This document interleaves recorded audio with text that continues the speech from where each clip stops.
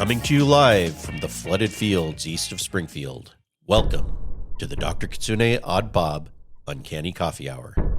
Brought to you this week by Dr. Kitsune's Wondrous Wellness Tea.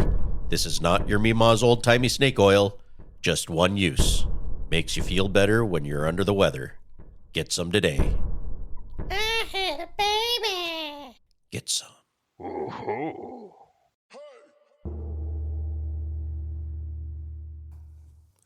Previously on Dr. Kitsune and Odd Bob's Uncanny Coffee Hour. Mitch and Saoirse, let's just say they had a disagreement. A disagreement that involved Mitch vanishing and Saoirse, well, she was being Saoirse, enjoying another Pacific Northwest craft beer. Beer. Sorry, I digress. A short while later, wait, was it really a short while later? In the liminal spaces, does time even have meaning? Step into the fog and let's join the conversation in progress. You're here. How did you get here? You wondering why Saoirse looks so sullen over there in the corner? Oh, you're the one gonna be glum, chum. Yeah, I mean, Well, our lovely young lady sent me to go visit her parents. oh, The worst place I could think of at the time. Me parents' place. Yeah, it's quaint. Think rustic charm meets actively haunted. One day the kitchen is a granite slab with a campfire. The next it's a tree hollow with a badger in the pantry. You never know what you're gonna get. Oh, and don't even get me started on the plumbing. It's all streams and waterfalls and, well, let's just say you learn to hold it until you find a convenient patch of moss. Oh no. It's great if you don't mind the occasional ghost or fairy party. Dave just threw up. And Dad, he's always got the History Channel on, no matter what form the house takes. 1 minute it's ancient aliens playing on a glowing mushroom. The next it's Vikings blaring from a waterfall screen. Apparently, the Druids had phallic spaceships, or so he claims. Honestly, I've stopped asking questions. Yes, it was a lovely time. Thank you. Thank me, you were supposed to be learning a lesson. I enjoyed them very much. They're very kind people. They are? Yes, they are. I mean, sorry. Well, I they're didn't puka. mean to like Puka. that. Yeah. They're puka, but Yeah. they're kind puka. Puka. They're good people. Yeah, they like you. By the way, Saoirse, I didn't tell you earlier. They did send you a They letter. what? Now don't be giving me face as long as a Lurgan spade. You want me to read it to you? No, No, I'll read it. no, give me that. I'll read it. Now you be giving me that if you know what's Dearest good for you. Saoirse, Fine then.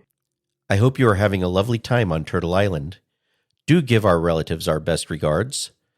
Thank you so much for the company of your young friend Mitchell. Ah, Mitchell, He was the most amazing guest. See, they liked me. you trickster. We so enjoyed his stories and his cooking. He made us the tastiest vegetarian meal we have ever eaten. Who would have thought vegetarians would taste so good? He told us about your podcast project and played a few episodes. What the hell? Why are you using that posh Scottish accent? Are you ashamed of your Irish upbringing? And you be nicer to him.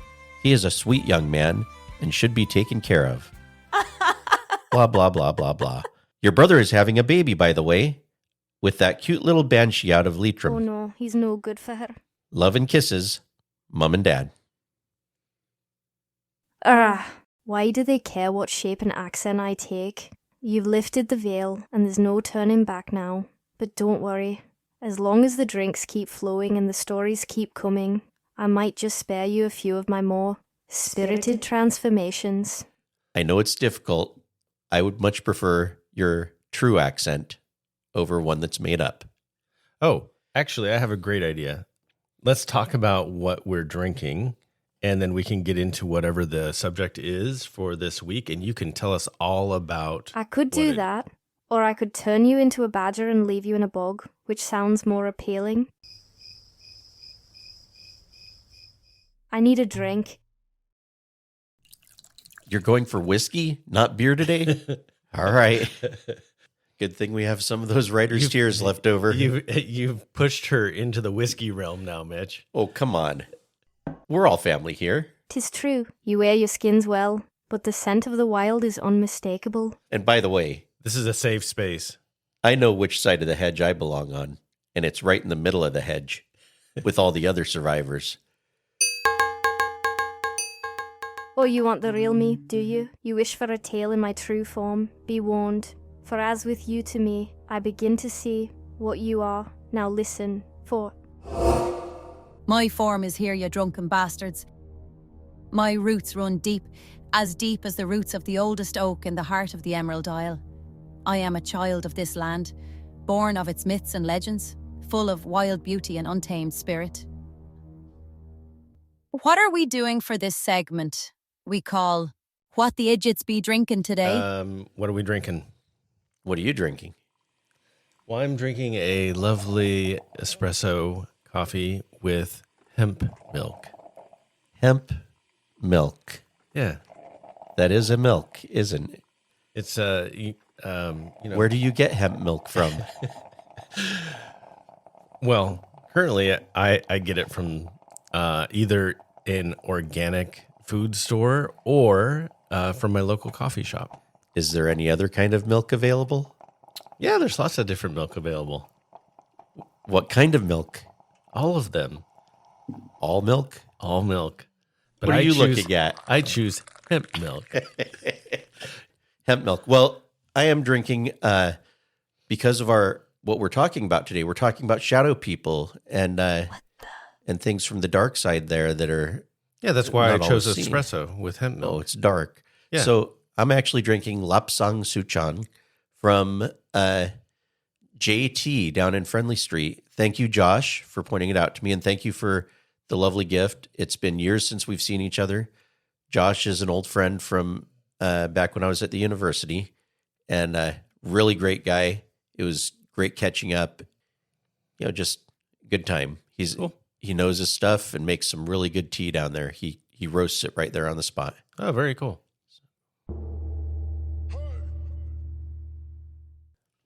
So, Saoirse, you want to tell us No. what is the uncanny definition of shadow people? Like Hatman, or like there was that internet one. What was he called? Slender Man. Oh, thanks for that, Saoirse. What's that? Your name is Saoirse? Well, please and thank you, Saoirse. You want to know about the tall, skinny one? I've seen him. He's quite the awkward dancer. All stiff and silent. Nah, I'm only codding you. It's a hoax. Yeah, I know that was a hoax, but I believe Slender Man was a representation of a being that was already out there. Or the Dark Watchers? The way they stare at me with that blank look, it'd always be bugging me out. Los Vigilantes Oscuros. What are those people that live underneath Shasta called? I don't know. The little white people. They're tall white people, actually. You mean Norwegian tourists? Yeah, I know what you're talking about. So I think what you're thinking of is the Lemura. Lemurians. Lemurians. Lemurians. That's right. Lemurians. That's right. Lemurians. Something about a hidden city called Telos, and that's underneath the mountain. Yeah, there's a lot of interesting, uncanny, odd things that seem to happen around Mount Shasta. Have you ever seen the lenticular cloud above Shasta? I have not. It's really cool. It looks like a long God give me patience. lenticular object, Yeah? like a cigar, almost like a Oh, okay. Or, like the classic UFO Yeah, shape. yeah. But it's really cool. all right. So, shadow people. Hat Man, dark, whatever we said. Dark Watchers. Dark Watchers. Yeah. I don't know why I can't remember that. You're just thinking about me with a pair of binoculars now. Yeah. Give us the rundown, if you would, please, Saoirse. Alrighty then. Beer me. Just needs a bit more of a melancholy touch. Ah, shadow beings, you mortals, and your fascination with the dark. You see a flicker in the corner of your eye, a shape that isn't quite there, a dust particle on your camera lens, and you immediately jump to ghosts or demons. How very human. You're not entirely wrong, just missing a few key details. They come in many forms, you see. Some are wisps of darkness, fleeting and ephemeral like smoke in a breeze. Others are solid, almost tangible, with eyes that gleam like embers in the night. Some are mindless, drawn to places of darkness and despair, like moths to a flame. Then there are others. Others are intelligent, aware and watching, and they know you can see them. Emotions are potent, like dark magic. Sorrow, fear, and anger can manifest as shadow beings. They feed on your energy, your emotions, your very essence. The more you fear them, the stronger they become. So, be careful what you dwell on. Your thoughts can cast long shadows. Now, if you see one, don't panic. That only feeds them. Instead, try ignoring them. Pretend they're a particularly persistent dust bunny. Or, if you're feeling brave, tell them to go away. A firm voice, a touch of authority. Sometimes they're just looking for attention. Sometimes they're looking for something else entirely. Remember, the shadows are not always empty. They hold secrets, whispers, and things that are best left unseen. But curiosity is a powerful thing, isn't it? Remember, when you gaze into the darkness gazes into you. Yeah, All right. that's creepy.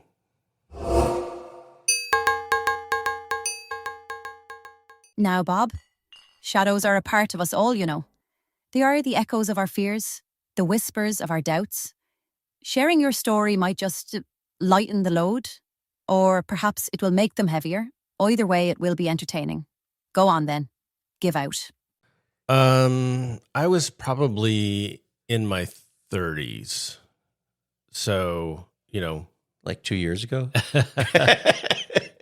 so many years ago. We've had a little bit of a stressful existence just because our kids have special needs. It takes a lot out of you. You're emotionally, you get tired a lot. So it was a particularly hard day. I went to lay down and go to sleep. I fell asleep and I was awoken by this figure standing next to me, like right next to me. And I couldn't move. And they were human size, but not overly imposing or anything. And it was solid. Well, it was black, but kind of staticky. Like you couldn't see any features. It was like if you took the sort of static that you would see on an old time TV, right? When the channel's not coming in and it's kind of staticky. Like the ant races. Yeah, but make it like really, really dark. Okay. Right? So it was mostly black, but there was these little staticky particles everywhere as well. And it was just standing there right next to me. And I immediately felt like I had to repel this being. So I was just screaming out with my mind, like, no. And I actually woke my wife up because I managed to vocalize something where I was like, "Wow," or something, enough to like wake her up. And then she was like, what's going on? And I looked over at her, and when I looked back, the shadow person was gone. So classic night terror. Yeah, but I mean, I didn't feel like there was anything sitting on my chest or anything like that. Okay. It was just that they were standing there and they were observing me, but I also had the feeling that there was some sort of malicious intent. Okay. And that I had to guard myself spiritually, essentially. Like I didn't, not physically, I didn't have my hands up or anything. I couldn't move anything, but I had to sort of like project this, know that I'm putting up a barrier. You need to go away. Like get out of here. So you couldn't make out a face or any facial features or anything, or No, it wasn't. It was 3-dimensional. yeah. But imagine the best way I can describe it is like take somebody that's a person, wrap them in black cloth, like really dark black cloth completely. Yeah. And then project like static on top of them. Like it was like that. Okay. Yeah. And they didn't say anything or No. All right. Well done you. It stirs the echoes of the unseen. Be careful though, for stories have a way of becoming real. So go ahead. Oh, I was going to say, we have some stories. Yeah. From a friend of yours that included some that were shadow person-like. Yeah, that would be Kristen Parr. I spoke with her the other night on the phone, and she agreed to let me record the phone call. So Yeah, you want to go into that? Yeah, why don't we play that? And we'll talk about that in a bit. Yeah. All right, sounds good. Yeah. Yes, my name is Kristen Parr. I'm a Cayuse Indian from Pendleton, Oregon. One time, Victor and I went up there camping alone, and when we got up there, nobody was up there that weekend. There was nobody staying up there. We got lucky, except the caretaker, and he was at the beginning of the camp when you go in, but we stayed way down at the end where the Indians stay. Yeah. And we had our tent in our little favorite spot, and it was starting to rain a little bit. Well, first it wasn't raining, so we had the cover off the top of the tent where you could see through, at the sky. So we were like laying in the bed, and like, Victor is one of those dudes that as soon as his head hits the pillow, like he's dead. Like it's just, no. You don't hear nothing, you don't see nothing, like nothing wakes him up. And I was like dying because I heard something. I saw these headlights. And they were going forward. And when I looked out, there was no cars. There was nobody there. And I was like, what the hell is going on? And then right when I was laying down, all of a sudden, this thunderstorm started, right? You could hear the thunder. And so we could tell because it was cloudy, it was going to start raining. But you could hear the thunder. But then the thunder started rolling. And then it felt like as if the thunder, if you were thinking of the thunder as a cloud moving forward, it felt like it hit a wall and stopped. And so it didn't continue that full thunder sound that you hear when the thunder rolls all the way to the end, like that full roll. It just like felt like it was bluntly stopped. And it was really weird. Like something was really trippy going on in the sky, right? So I was like, oh no. So I was laying there and I was trying to get Victor to wake up to listen, but he wouldn't listen. And then all of a sudden, out of nowhere, I am not lying, right at the tree top, right at the very top of the trees, and they're not that tall, there was some sort of a flying vessel. I don't even know what you want to call that, but it had one engine in the back. It was circle, not two. It had one in the middle, in the back. And like, it was literally quiet in the sky. We were the only ones there. And all of a sudden, just like, I don't know how to describe it, but at the tree, so maybe 10 feet before the tree, you could hear the motor. And I was like, how the frick? Because, it was like, you would have heard it coming because the motor was like, it was like a weird sound. It wasn't like a jet. It wasn't an airplane. And I was like, what the shit is happening? Okay, so then it starts getting really creepy. So then it started rain right literally as the thing flew by, it started raining. And so Victor did wake up and we put the top on the tent and we got in. And then right when then he fell back asleep and I was still awake a little bit and I looked over and there was a shadow of something. And we were in a spot where there was no trees right there to make a shadow, and it wasn't there before we had put the top on. And there was this shadow, and it was like a silhouette, but you couldn't see like rounded shoulder muscles or things like that. It was like a block. It was like a block head with like block shoulders, like square.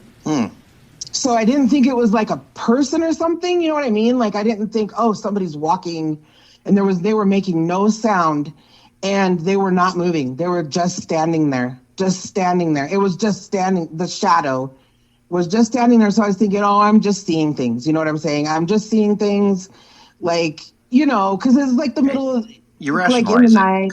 You know what I mean? And so I'm just like sitting there trying to think, okay, I'm not. But every freaking hair on the back of my neck and my arms was like standing straight up. Like, I felt so scared. Like, I was like, what is happening? And I don't know what's going on.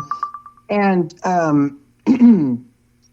it was like, it stood like that for a while. I had to make myself go to sleep. But what's trippy, Mitch? Okay, so then nothing happened, right? So then the next day, like, it didn't come back the next night or anything, and we went home. So what's trippy is the next year, the year later and a half, because this was like a year later, because it was like we went camping at like beginning of June, and culture camp is in July. And so a year later, when we did culture camp, we had our tent in a different spot. Okay, it was way in a different spot, and there was no, how sometimes they have those old disgusting black grills Yeah. at each campsite. So we were like, we at first, when I was trying to rationalize, I was thinking, oh, it's probably just the shadow of that somehow, but it was not that shape or whatever, right? But anyway, so we moved, and we were in a different spot. In this time, nothing was around us, okay, and our tent. There was not even any trees right by us. It was, all the trees were way over to the left. So the way shadows went, the shadows go to the left. You know what I mean? Where the light is, or if there is light. I don't understand. I don't know how, the moonlight. So the moonlight makes the shadows go left. So nothing was shadowing in our tent at all. And I swear to God, it was that same figure. I got up to pee, and right when I sat up and I looked over, I noticed it was that same figure. That same exact shadow was there. It wasn't there before. And I was just like, oh my God, we're going to die. We're going to get abducted or something. Maybe we did. I don't even know, Mitch,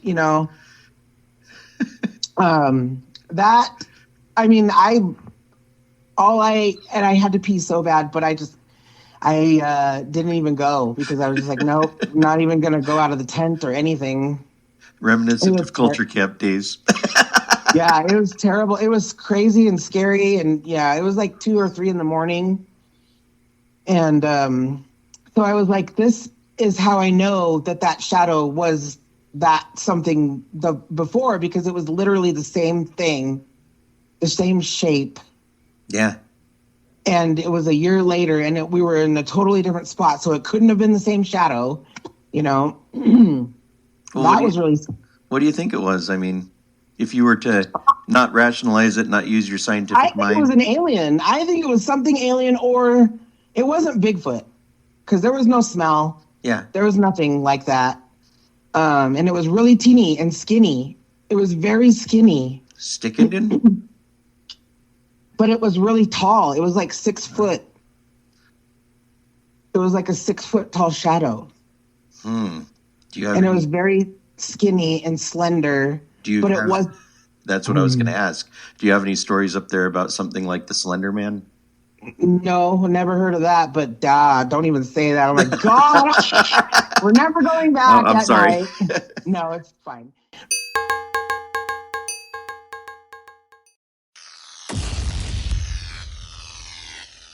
Oops, I seem to have spilled me beer on your rainbow mixer board. Oh well, I'm sure it will still sound just as good as it did earlier in the episode.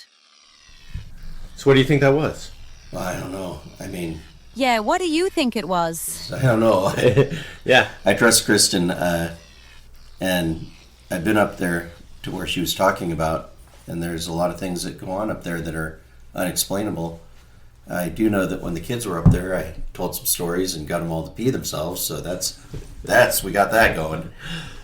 Maybe it's a side effect of the shadow being, that make people to pee or pee themselves.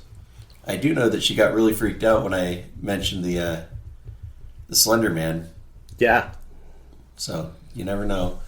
I still think that is more than just an internet hoax. I think that the hoax is based on some sort of archetypal being, shadow person that's out there. Yeah. Weren't your girlfriends through university shadow beings?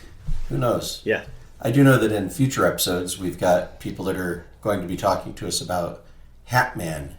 Yeah. And we've got some other shadow people stories. We've got ghost stories that are coming up that are that are going to fill quite a few more episodes. We've got ghost stories up the wazoo. Wait, up your what you say then? And I do have a couple of shadow people stories that I might share. I do know that a couple of the people I've interviewed already have talked about ghosts and about shadow people. Yep. So, Saoirse, what do you think about it? Ghosts? Ah, those poor souls trapped between worlds. Come closer, let me whisper a secret. Sometimes on a moonless night, I like to pretend I'm one. All right. Okay then. Okay then. Well, I think that's the end of this episode. Okay. And we will see you all next time. Thanks for listening. Thanks for nothing.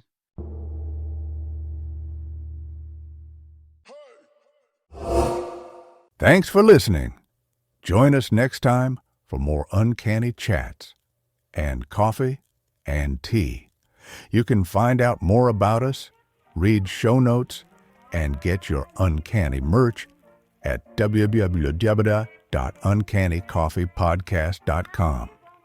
Until next time, remember, never whistle at night. Actively resist all forms of fascism. And most importantly, remember, We are not all monsters.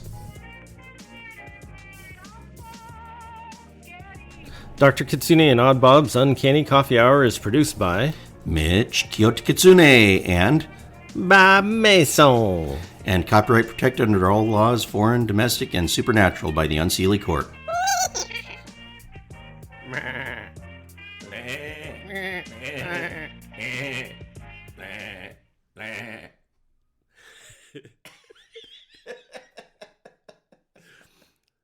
I think it was good. Okay.